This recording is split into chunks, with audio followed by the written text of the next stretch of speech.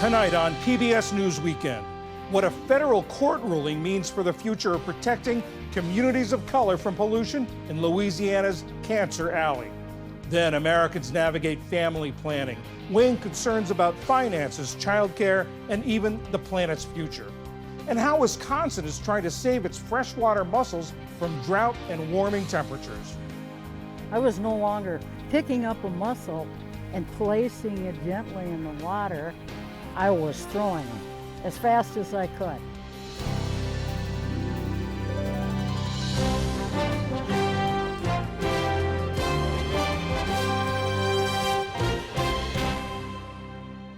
Major funding for PBS News Weekend has been provided by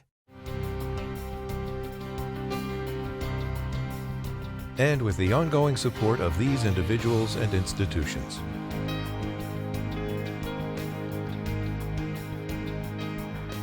And friends of the NewsHour.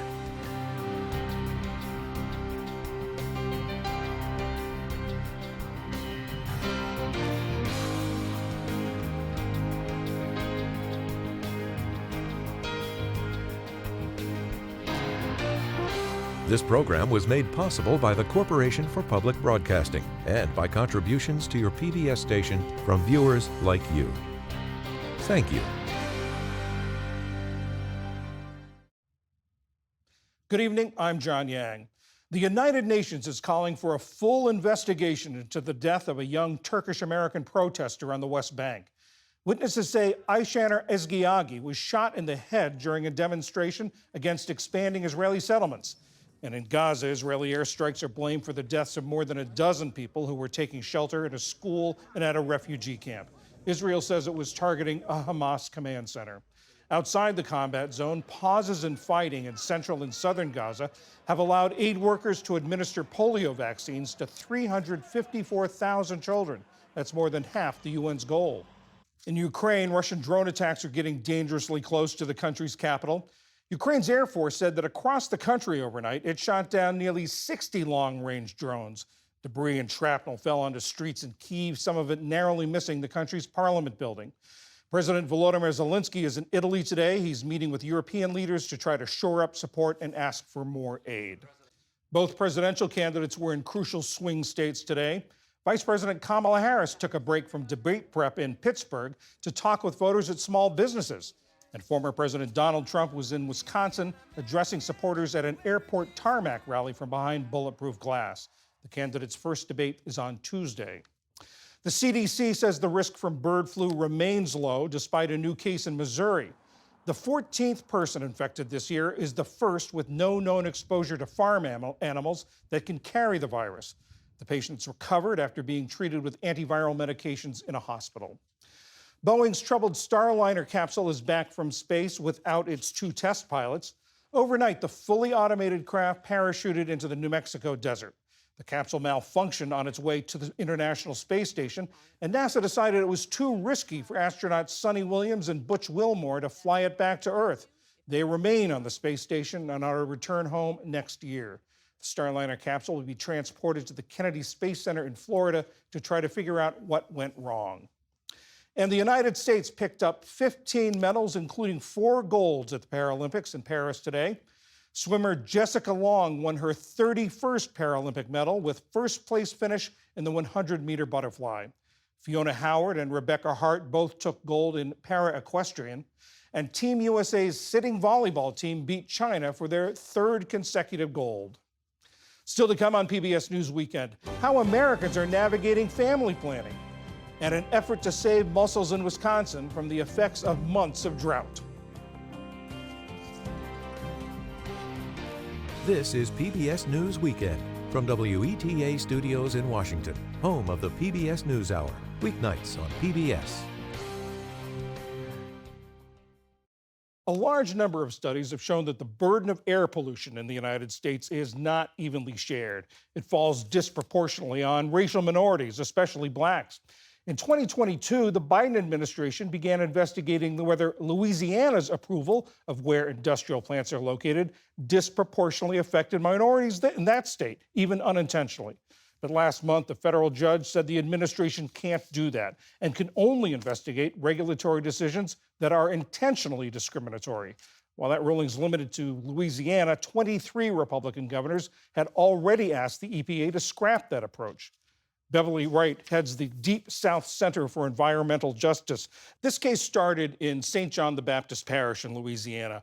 Tell us more about that place, what it looks like and who lives there. It came out of St. John Parish, but the site is the same across what is called Cancer Alley, where we have the third highest cancer rate in the nation, an 85-mile stretch of land between New Orleans and Baton Rouge, with over 156 petrochemical plants and 6 refineries, over 200 million pounds of pollution.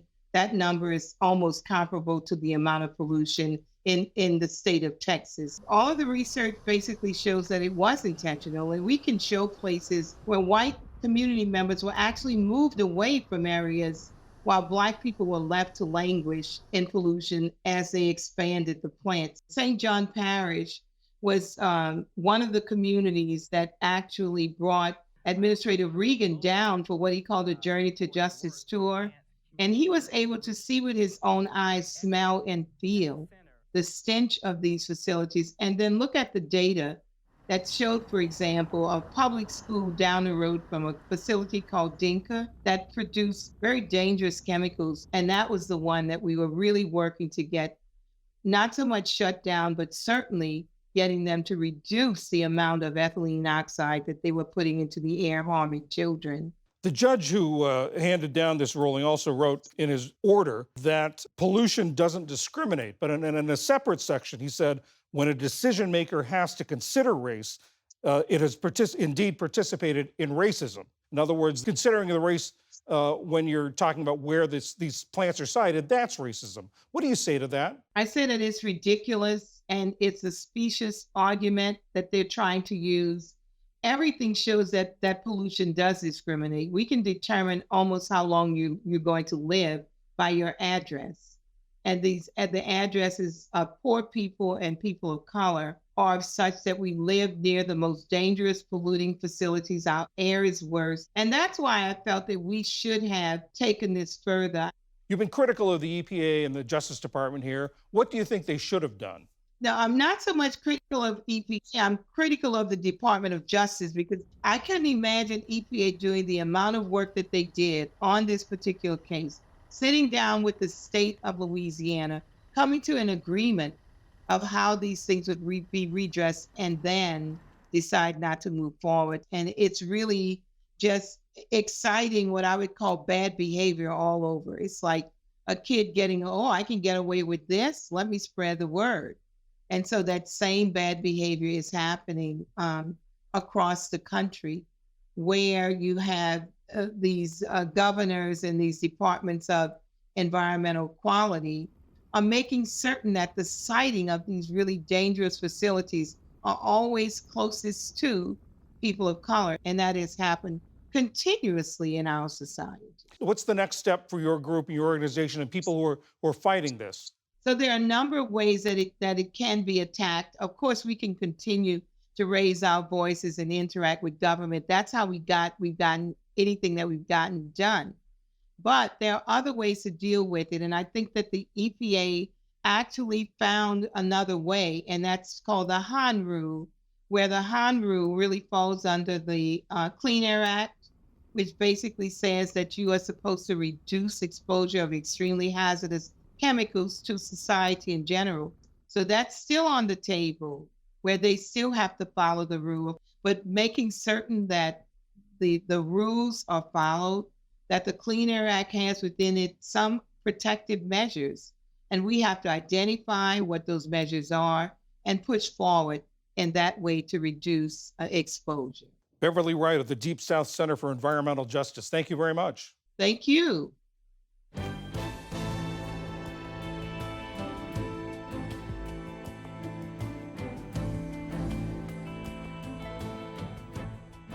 Last year, the U.S. birth rate hit a record low.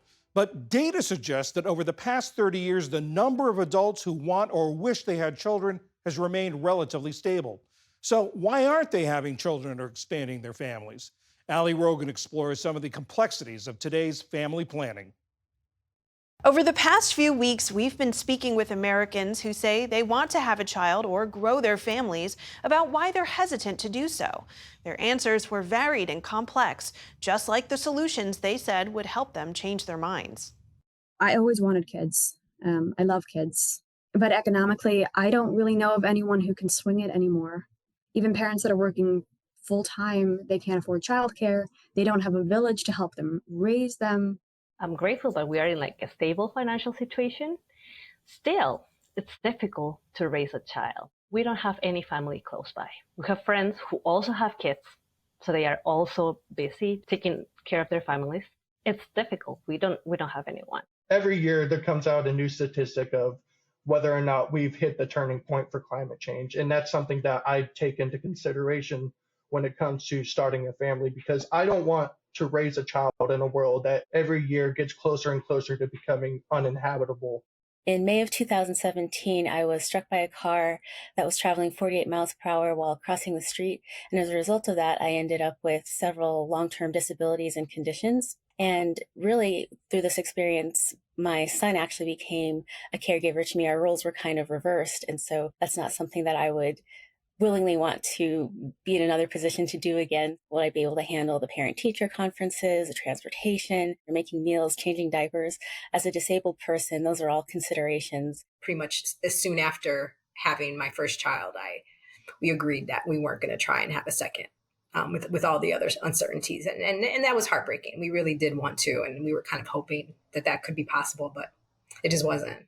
We had met with a financial advisor, and he was pretty clear. You're either going to be able to afford childcare or retirement savings. Like you're not really going to do both in the next 5 years just because of the cost. Everyone is incredibly stressed out. Everyone's incredibly broke.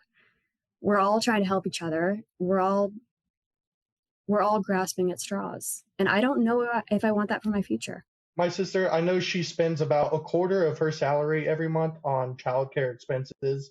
Even with daycare expenses and such like that, I know there's additional things such as putting extra food on the table and covering medical expenses. There are a lot of things that I think that the government, the society, and community can do to kind of help with some of those concerns that are not just for me as a disabled parent, but I think for anyone who would be considering or hesitant to expand their family. That would be just offering more support, more community-based support, as well as just the resources for the practical knowledge, parenting classes, things of that nature. If universal childcare was an option and we didn't have to worry about that, if universal healthcare was an option and, I wouldn't have to wonder if I can anticipate, regular maternal care, high quality maternal care while I was pregnant, then we absolutely would have made an effort to expand our family for sure. We need rent subsidies because no one can afford it. We need to be able to get the cost of food and housing under control because right now they are spiraling out. I think we need to have paid leave for all, because many families are the sandwich generation. You have to take care of your parents who are elderly, and you have to take care of your kids. People work really hard. It's not that we don't work hard, but it's not enough. For more on this topic, I'm joined by Karen Guzzo, a family demographer and the director of the Carolina Population Center at the University of North Carolina. Karen, thank you so much for being here. First of all, tell us about this moment that we're in. Is it different than other times in this country's history that we've seen declines in fertility? Well, that's a great question. And so what I would say is we've seen fertility fall below what we call replacement level before, and the United States has come back up above that sort of mythical 2 children per woman level. What's interesting now, though, is that it's been sustained declines pretty much year after year since the Great Recession. And so we're starting to think as demographers, maybe the decision making that goes into whether people have children or go on to have another one has changed. What are the factors weighing on people's minds these days? Well, people are certainly not being selfish about deciding to have kids. They're actually being really deliberate about having children. And so they're worried about their ability to combine work and family, their ability to provide for their future children, their ability to afford to give sort of a lifestyle that will suggests that their kids have opportunities for success in the future. So they want to be able to afford to buy a house. They want to send their kids to safe and reliable childcare centers, and then ultimately safe schools. They want a world in which they think climate change will not, delay their children's chances of success. And so they're giving these factors a lot of thought. And they're hard to measure in sort of the typical surveys that we used to use and some of the earlier theories we had to kind of understand fertility. There's been a particularly steep decline in terms of births from people who are much younger. To what do you attribute that? The research really shows that for teens and those in their early 20s, traditionally those births have largely been sort of unplanned and unintended. And so these are births that people are able to avoid having, avoiding getting pregnant in their late teens or early 20s when perhaps they have less stable relationships, when they have fewer economic resources. So this is good news. The problem is that if people are avoiding having births at ages and in circumstances where we might think they are not ready to be parents, is to try to understand when they think they will be ready to have kids and make sure that we as a society have those conditions in place for them. We need to make sure that they reach their later 20s and their 30s and feel like, okay, now I have what it takes to be a good parent, and I have the resources and life circumstances where I can, go ahead and make those decisions. Sometimes we hear of people in these categories being labeled as selfish, or there being insinuations that they're being selfish. What do you make of those conceptions? That's really not the case. My research and the research of many others is showing that people have the set of prerequisites in mind that they want to be able to meet to make sure that they are able to be good parents, that they are able to provide what their kids need, that they can meet the needs of their relationships and their family and friends. And so they're really being quite considerate about this. Being a parent's really hard in the United States.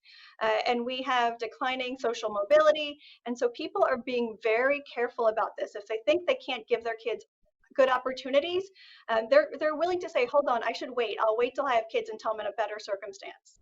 Lastly, what are some of the other solutions that other countries are trying to put in place to avoid continuously declining birth rates? And is any of it working? Well, there are countries that are offering cash allowances or tax breaks.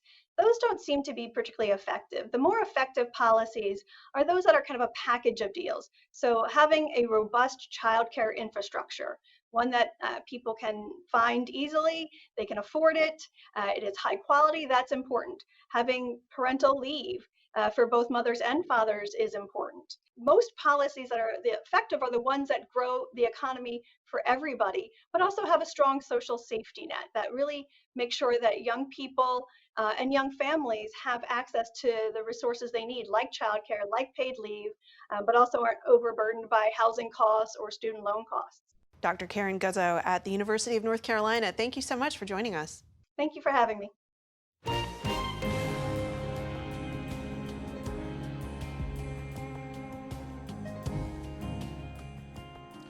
Wisconsin is coming back from its worst drought in decades. Along with unusually high temperatures, it's affected wildlife in and along the state's rivers. While spring rains ended the drought, recovery in some places has been slow. PBS Wisconsin's Nathan Denzine tells us about one species that's been hit particularly hard. We reached peak drought severity in September of last year. It's been a very dry few years for Wisconsin.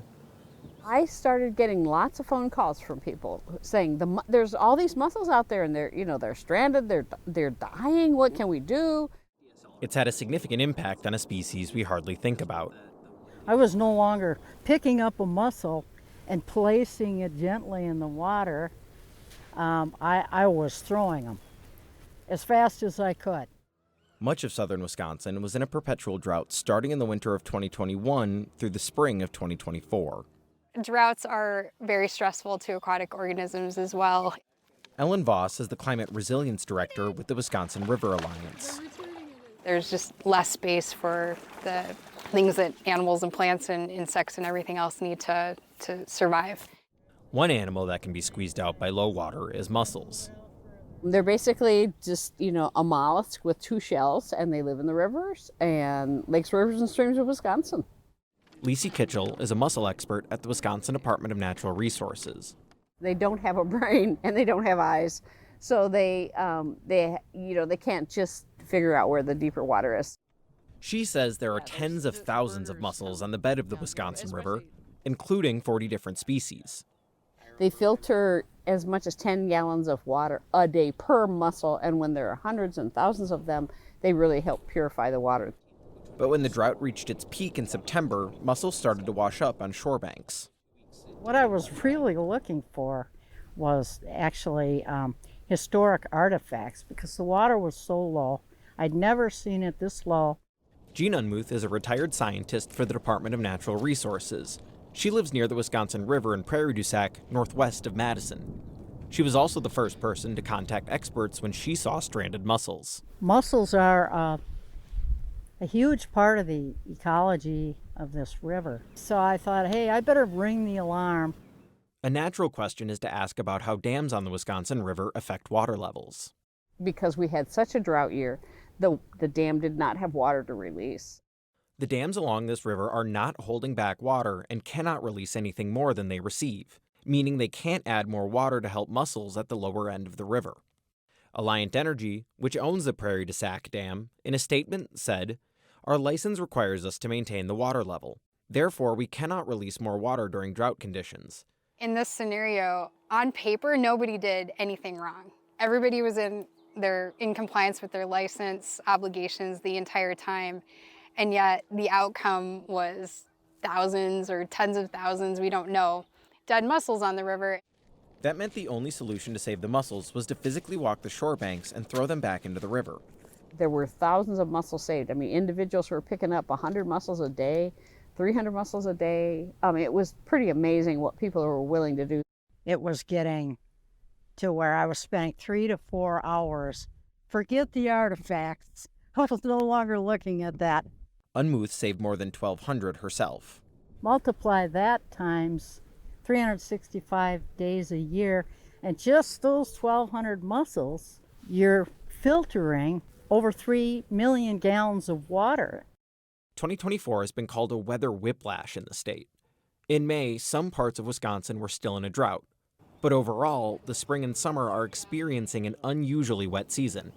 Still, should it dry up again, they'll be ready.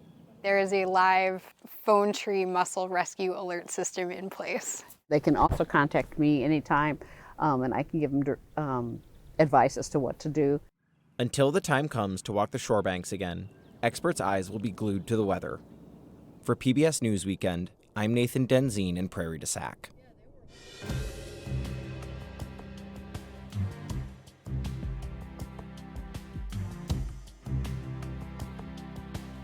And we have an update from Paris. Team USA picked up its 16th medal of the day when the men's wheelchair basketball team beat Great Britain for their third consecutive gold medal. And with that, that is PBS News Weekend for this Saturday. I'm John Yang. For all of my colleagues, thanks for joining us. See you tomorrow. Major funding for PBS News Weekend has been provided by Consumer Cellular. This is Sam. How may I help you? This is a pocket dial. Well, somebody's pocket. Thought I'd let you know that with Consumer Cellular, You get nationwide coverage with no contract. That's kind of our thing. have a nice day.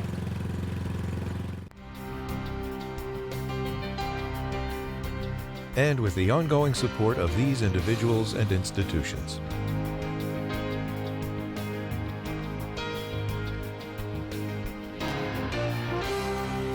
This program was made possible by the Corporation for Public Broadcasting and by contributions to your PBS station from viewers like you. Thank you.